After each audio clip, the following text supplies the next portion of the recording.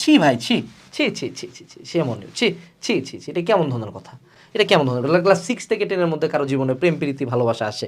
এত প্রথম কথা হলো লজ্জা করো। এটা তোমরা বাচ্চা বয়স, মানে এটা কোনো বয়স নাকি ভাই? এটা কেমন বয়স? এটাতে এগুলা কেমনে ইন্টারেস্ট আসে আদৌ? না মনে করতাম ইন্টার লাইফে শুরু হয়েছে বা ভার্সিটি লাইফে, সেটা মানা যায়। স্কুলে তো মানে স্কুলের পড়াশোনা করেই টাইম পাই না, বাপ মা এত স্ট্রিক্ট, এইসব চিন্তা ভাবনা মাথার মধ্যে কেমন আসে? মানে প্রথমত যদি এগুলাতে থাকো ভাই, বের হয়ে যাও। ছি, সে মনে ছি, এটা দরকারই নেই লাইফে, এগুলো স্কুল লাইফে তো দরকার নেই, এসব নিয়ে চিন্তাই করবা না। পুরা জীবন পড়ে আছে, এটা তো কেবল বাচ্চা ভাই। মানে কেবল খালি গজানো শুরু করলো ডানা, তুমি সাথে উড়া শুরু করলা, এটা তো হইলো না। এটা খুবই স্ট্রিক্ট রুল তোমার লাইফে, মনে রাখবে, এটা আমিও এখনো ফলো করি। তোমার হইলো গিয়া আগে পড়াশোনা পরে অন্য কিছু, আগে পড়াশোনা পরে অন্য কিছু, এটা সব সময় মনে রাখবা। আগে পড়াশোনা পরে অন্য কিছু। তুমি অনেককে দেখবে যে অনেক কিছু করার পরেও লাইফে সব কিছু ঠিকঠাক করতেছে, সেটা কীভাবে করতেছে? ওরা হলো পড়াশোনাটাকে ফার্স্ট প্রায়োরিটি দেয়, দেন বাকি সব কিছু করে।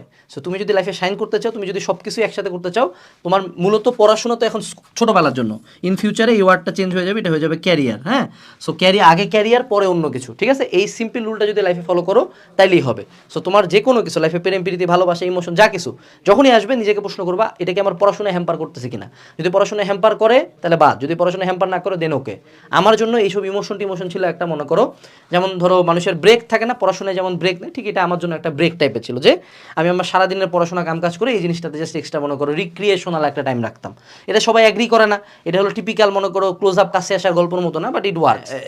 An idol mind is a Devil's workshop বলা হয়, যে মুদ্রা কথা হলো বইয়া থাকলে শয়তান লাড়া দেয়, বাংলা কথা এটা। হ্যাঁ, তো তুমি যত বইসা থাকবা তত তোমার শয়তানে হলো তোমার মাথার মধ্যে বিভিন্ন রকম জিনিসপাতি পুশ করবে, তত তোমার মাথার মধ্যে চিন্তা আসবে, আরে জরি না কেন এখানে, রহিমা কেন আমার পরীক্ষার খাতা দেখলো না, স্কুলের বাইরে দাঁড়াইছিলাম টুকাইয়ের মতো, তো ওই আমার দেখে হাসি কেন দিল না। তো এইরকম টোকাইগিরি চিন্তা ভাবনা কখন আসবে? স্কুল লাইফে, যখন তুমি বসে থাকবা। আমরা স্কুল লাইফে প্রথম কথা হলো কিপ ইউর সেলফ বিজি, মানে যত বেশি বিজি রাখা যায়। দেখো স্কুলে যাবা সকাল 7টায়, 7টা থেকে 12টা পর্যন্ত, তারপর ব্যাচ, তারপর ধরো বাসার টিচার, এগুলো করেই সময় চলে যাবে। বাকি ফ্রি টাইমটাতে ধরো গেম খেললা। আরও একটা পয়েন্ট হলো যে স্টার্ট এক্সট্রা কারিকুলার। স্কুলে এক্সট্রা কারিকুলার করা পোলাপান মেজরিটি অফ দ্য টাইম এদের ব্রেন বাকি দিচ্ছে বেটার হয়, মেজরিটি অফ দ্য টাইম, কারণ তারা ব্রেনটাকে আরও একটা এক্সট্রা এন্টিনা বাড়াচ্ছে ব্রেনের, ঠিক আছে? তোমার ধরো 2টা এন্টিনা, 4-5টা এন্টিনা, সো এন্টিনা বাড়াচ্ছে, ও তোমার চেয়ে বেটার করবে। সো পারলে এক্সট্রা কারিকুলার করো, ডিবেটে যোগ দাও, সায়েন্স ফেয়ারে যোগ দাও, ম্যাথ অলিম্পিয়াড করো, এক্সট্রা পড়াশোনা করো, নিজের ক্লাসের বাইরে কিছু ডকুমেন্টারিজ দেখো, সাইন্টিফিক জিনিসপাতি টার্মিনোলজি নিয়ে পড়াশোনা করো, আর্ট করো, গিটার বাজাও, খেলাধুলা করো, জিমে যাও, কত অপশনস আছে।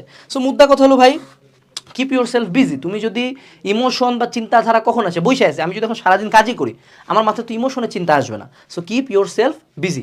আমাদের সময় আসলে আমার বাপ মা ফোন তো দেয়ই নেই স্কুল লাইফে, এখন তো তোমাদের প্রত্যেকের হাতে হাতে ফোন। দ্বিতীয় যেটা, আমার টিভি দেখার টাইম লিমিটেড ছিল, আমাদের বাসায় 2 ঘন্টা বা 4 ঘন্টা পার ডে ম্যাক্সিমাম টিভি দেখতে পারতাম। আমাদের সময় কম্পিউটারে প্রথম গ্রাফিক্স কার্ড আসছে, এখন তো লাল নীল পিসি হয়েছে, আমাদের সময় গ্রাফিক্স কার্ডও ছিল না। প্রথম গ্রাফিক্স কার্ড আসছে, একটা 2 জিবির এজিপি এক্সেলারেটেড গ্রাফিক্স পোর্ট বলা হতো মানে ওই সময়, এজিপি কার্ড। ওইটা লাগাই মনে করো আমরা হিরো, সিডি দিয়ে গেম লোড করতে হতো আগে, এখন তো সিডি জামানাই নাই। তো ওই একটা গেম মনে করো যখন খেলতাম, যে সারাদিন পড়ার পরে বাপ মা কইছে যে দিনে সর্বোচ্চ তুই কম্পিউটারের সামনে বসতে পারবি, 2 ঘন্টা খেলবি গেম, তখন আমার বাপের কম্পিউটারে বসে একটু গেম খেলতাম। তো ওই সময় মনে হতো যে অমৃত, যে ভাই বেহেশতে আছি ভাই, ভাই এত শান্তি দুনিয়াতে, এত মানে এত মজাদার একটা কাজ, ঠিক আছে? তো ওই টাইমটাতে আমরা ডোপামিনটা পাইতাম, বাকি পুরা দিন আমার ডোপামিন ডিটক্সে যেত, পড়াশোনা, কঠোর পরিশ্রম, কার্যক্রম এইসব নিয়ে থাকতাম। তোমাদের প্রবলেমটা কি, সারাটা দিন ধরো 24টা ঘন্টা স্ক্রল করে যাচ্ছ, ডোপামিন আসতেই আছে, তারপর ধরো বিভিন্ন রকম ওয়েবসাইটে যাইতেছো, ডোপামিন আরও আসতে আছে, তারপর গেম খেলতেছো, টিভি দেখতেছো, তোমার লাইফে তো কোনো লিমিট নাই, কোনো ছিঁড়ি নাই। সো ধরো তোমার ব্রেন এটা হলো তোমার ব্রেন, এটা ডোপামিন থাকার কথা 10, এটা তুমি ফ্রাই বার করে ডোপামিন নিয়ে গেছো 1000-এ। হ্যাঁ, তো তোমার ব্রেন তো ফ্রাই হয়ে গেছে, তোমার এখন নর্মাল লাইফ তো মজা লাগবে না।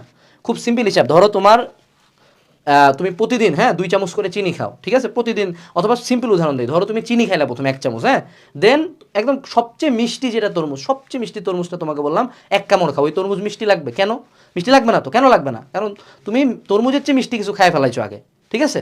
তো তোমাদের অবস্থাটা হয়েছে এটা, এত বেশি ডোপামিন দিছো ব্রেনকে যে তোমাকে এখন কোনো কিছু এক্সাইট করতেছে না। তুমি 6 to 10 একটা বাচ্চা বলা, তোমার জীবনে নাকি সুখ নাই, ভাই তুই বেহেশতে আছিস ভাই, তোর জীবনটা এত সুখের টাইম জীবনে কোনো দিন লাইফের সেকেন্ড টাইম আসবে না স্কুল লাইফের মতো সুখের টাইম। কানবা, আজীবন কানবা যে স্কুল লাইফটা মিস করবা। আমাদেরকে এখন 100 কোটি টাকা দিয়ে বলবো যে স্কুল লাইফে ব্যাক যেতে চাই, বাপ মা রিলেটিভ সবাই বাঁচে আছে, লাইফে কোনো প্রেশার নেই, খালি স্কুলে একটু ভালো রেজাল্ট করা। এই জায়গায় ইমোশনাল ব্ল্যাক হোল তখনই আসবে যখন তোমার ডোপামিন অস্বাভাবিক হারে তুমি দিছো। So first of all phone tone of করো, টিভি অফ করো, একটু কঠিন কাজ করো, এক্সারসাইজ করো, বই পড়ো, গল্পের বই পড়ো, এক্সট্রা কারিকুলার করো, নিজের পড়াশোনা করো, টেস্ট পেপার সলভ করো, এক্সাম দাও, বাইরে ঘুরতে যাও, অর্থাৎ ডোপামিন লেভেলটাকে একটু কমো। তাইলে যাতে যখন ডোপামিন দিবা ব্রেনকে তখন দেখবা ভালো লাগবে, নাহলে তোমার জীবন মনে হবে যে বোরিং। কেন বোরিং? কারণ ডোপামিন দিয়ে তুমি ফ্রাই করে দিছো। তোমাকে যদি আমি এই ভিডিওটা দেখার পরও তোমার মনে হয় যে না আমার পড়াশোনা বা এগুলা নিয়ে তারপর আমার ইমোশনাল ব্ল্যাক হোল মনে হচ্ছে, ঠিক আছে, তা তো থাপড় দেওয়া উচিত ছিল, বাট থাপড় দিব না। কথা হলো যে go with the flow. Go with the flow মানে কি, যে তুমি যখন স্টাডিং, তোমার ধরো খারাপ লাগতেছে, সে টু সে, যেমন আমার এই ভিডিওটা বানাইতে খুব খারাপ লাগতেছে, ঠিক, বাট আমি কি করলাম, আমি স্লাইড লোড দিলাম, লোড দেওয়ার পরে ক্যামেরা অন করলাম, সামনে এসে দাঁড়ালাম, এখন অটো কথা বলতে হচ্ছে, ঠেকায় পড়ে গেছি, ভিডিও শুরু করছি, ভিডিও শেষ না করতে যাবো না। ঠিক তেমনই তুমি যদি তোমার খারাপ লাগার মধ্যে টেবিলে বইটা নিয়ে বসে পড়ো, কোনো একটা জিমে যদি চলে যাও, যদি কোনো একটা কাজ করতে শুরু করো, কাজটা যদি শুরু করো কাজটা শেষ হবে। So start taking action. যদি ভিডিও খারাপ লাগতেছে, ব্রেনে পড়তে ইচ্ছা করছে, টেবিলে বইটা নিয়ে বসো না, বসে প্রথম 10 মিনিট খারাপ লাগবে, তারপর দেখবা ফ্লোতে চলে গেছো, লিখতে ইচ্ছা করছে লেখা শুরু করে, দেখবা ফ্লোতে চলে গেছো। সো এই যে প্রথম সময় মানে সবসময় ইনিশিয়েশন, যেটা ইনিশিয়েশন, যেমন গাড়ি স্টার্ট দাও, দেখছো না, গাড়ি প্রথমে কি ঘ্যাক সাউন্ড দেয়, ক্রিক করে, তারপর মনে করো গাড়ি চালু হয়ে যায়, দেন সুন্দর মতো আগায়। সো এই যে স্টার্টটা দাও, ওই যে সেলফটা দাও, ওই যে ইগনিশনটা দেওয়া, এইটা হলো টাফ পার্ট। ওটা দিলে এমনি বাকিটা স্মুথ চলবে। সেই সব খারাপ লাগা নাটক বাদ দাও, সুন্দর মতো স্টার্টিং। বাংলা কথা হইলে পুরা ভিডিও সামারি বলি বাবা, পর তুই যদি অ্যাকচুয়ালি ইনাফ পরিমাণে পড়াশোনা করিস, এত তেল তোর থাকবে না, স্কুলের বাচ্চা কাচ্চা থাকা উচিত না, ঠিক আছে।